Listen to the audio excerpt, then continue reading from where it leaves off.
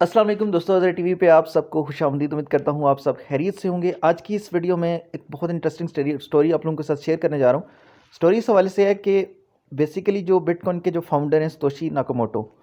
उनके हवाले से है कि अगर वो इस दुनिया में मतलब सामने उनकी आइडेंटिटी जो है वो रिवील हो जाती है और पता चल जाता है कि सतोशी नाकामोटो एक्चुअली में कौन है, ठीक है। और वो सामने आ जाते हैं, वो खुद अपनी मर्ज़ी से आ जाते हैं, तो फिर उसके बिटकॉइन पे क्या इम्पैक्ट्स होंगे, पॉजिटिव होंगे या नेगेटिव होंगे। बेसिकली ये स्टोरी एक इंटरव्यू के दौरान ये बातचीत चली है।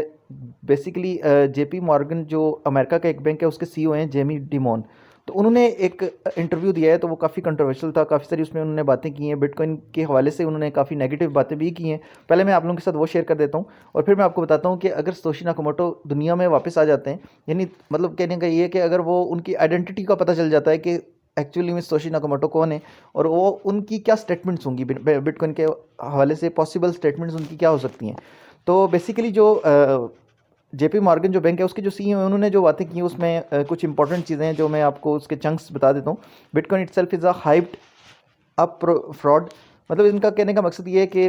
बिटकॉइन एक हाइप की वजह से एक मतलब ये एक करेंसी बनी हुई है और उसमें बहुत सारे लोग इसकी हाइप की वजह से इसमें आ रहे हैं, जो कि किसी हद तक बात सच भी है, लेकिन 100% हम इस बात से इत्तेफाक नहीं कर सकते। इसके अलावा उन्होंने कुछ और बातें भी की हैं। It's a pet rock said demon adding that it's different from blockchain technology. Blockchain is a technology layer system that we use to move information. वो कह रहे हैं कि ब्लॉकचेन जो है वो मतलब उसको उसका मोस्टली यूज़ केस जो होना चाहिए वो सिर्फ इन्फॉर्मेशन को मूव करने के लिए एक जगह से दूसरी जगह, या इन्फॉर्मेशन को सेव करने के लिए, सिर्फ इस पर्पज़ के लिए ब्लॉकचेन का होना, ब्लॉकचेन का यूज़ केस होना चाहिए। अब लेकिन उसमें उन्होंने आगे कोट किया कि वो use it to move money. हम इसको यूज़ करते हैं पैसे को ट्रांसफ़र करने के लिए, यानी मनी को एक जगह से दूसरी जगह ट्रांसफ़र करने के लिए। So that is a layer that we think will be deployable. तो इसमें उन्होंने कुछ और चीज़ें भी की हैं कि crypto itself doesn't do anything, यानी क्रिप्टो कुछ भी नहीं करती, इसका कोई यूज़ केस नहीं है। काफ़ी सारी इस तरह की चीज़ें उन्होंने लिखी हैं। तो उनका कहने का मकसद ये है कि, और उन्होंने इसके साथ साथ एक बात जो ऐड की है कि सतोशी नाकामोटो अगर आ जाते हैं तो फिर क्या होगा। जो इंटरव्यू हो रहा था उस डिस्कशन के दौरान उन्होंने ये बात की है कि तहफ़्फ़ुज़ात किए हैं कि, यानी उनका कहने का मकसद ये है कि अगर लेट्स सपोज़ कि बिटकॉइन की अडॉप्शन इतनी बढ़ जाती है कि आज से 10 साल के बाद या चलें 20 साल के बाद, ठीक है, तकरीबन 2040 में, आप 18 साल के बाद तकरीबन अगर आप देखें 2040 में बिटकॉइन की अडॉप्शन इतनी बढ़ चुकी होती है कि ये पूरी दुनिया का एक समझ लो कि एक फाइनेंशियल सिस्टम का ज़्यादा नहीं तो 90% या 85% मतलब दुनिया का फाइनेंशियल सिस्टम अगर इस पे बेस्ड करने लगे, या ओवरऑल जो क्रिप्टो की जो मार्केट है या क्रिप्टो करेंसीज जितनी भी हैं उन पे दुनिया का फाइनेंशियल सारा फाइनेंशियल सिस्टम उसमें ट्रांसफॉर्म हो जाए, ठीक है।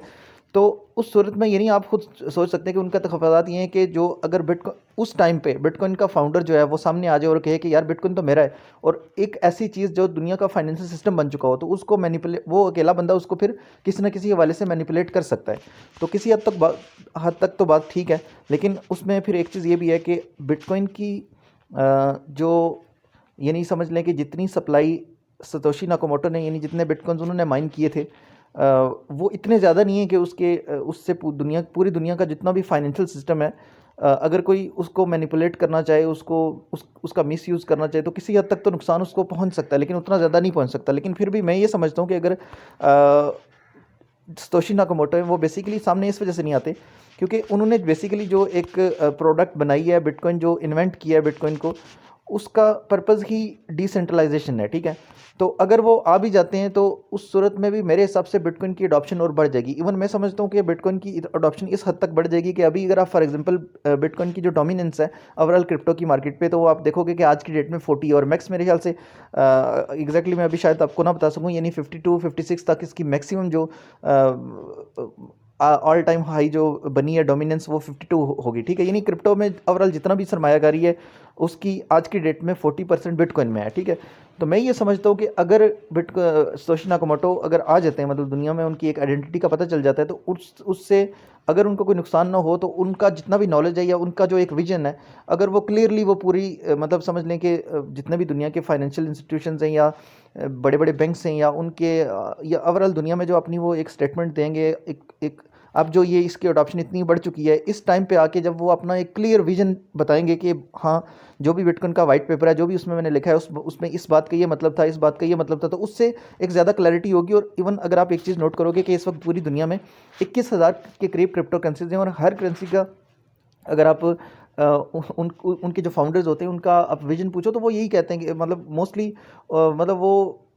मतलब बिटकॉइन को ही सेल कर रहे होते हैं, मतलब बिटकॉइन की जो एक एक जो लेगेसी है ना उस पे ही वो सेल कर रहे होते हैं और लोगों के साथ फ्रॉड कर रहे होते हैं। तो मेरे हिसाब से जितने भी ये 21,000 अब 21,000 टोटल क्रिप्टो करेंसीज हैं और उनमें से मेरे हिसाब से शायद 10 भी ऐसी ना हों या 10 या 20 करेंसीज ऐसी होंगी जिनका दुनिया में कोई यूज़ केस है, जिनमें जो वाकई में किसी पर्पज़ के लिए बनी है। और उनको छोड़ के बाकी जितनी भी एटलीस्ट आप ये तो कह सकते हैं कि 20,000 के करीब जो जितने भी प्रोजेक्ट्स हैं वो सारे के सारे ख़त्म हो जाएंगे। उनकी हाइप मुकम्मल तौर पे ख़त्म हो जाएगी, कोई भी उसमें नहीं जाएगा, क्योंकि जब क्लियर मैसेज मिलेगा, बताया जाएगा, अगर सोशी नाकामोटो यानी कि उनका अपनी वो एक पूरी आइडियोलॉजी, अपना एक पूरा विजन वो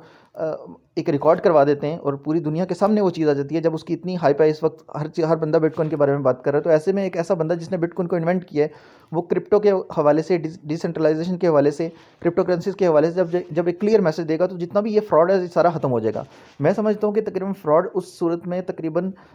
90% फ्रॉड जो है वो मिनिमाइज़ हो जाएगा और ख़त्म हो जाएगा, ठीक है। बाकी 10% तो रह जाएगा, उसको भी जो लोग क्रिप्टो को समझते हैं या बिटकॉइन को समझते हैं तो उसको फ़िल्टर उनके लिए करना आसान होगा। तो ये एक स्टोरी थी जो मैंने आप लोगों के साथ शेयर की। अगर आपको इस तरह की इन्फॉर्मेटिव वीडियोस चाहिए तो आप इस चैनल को सब्सक्राइब कर सकते हैं, बेल आइकन प्रेस कर लें और नीचे कमेंट करके अगर आपको किसी भी कॉइन का एनालिसिस चाहिए तो आप मुझे बता सकते हैं। मिलते हैं नेक्स्ट वीडियो में, तब तक के लिए ख्याल रखिएगा। अल्लाह हाफ़िज़।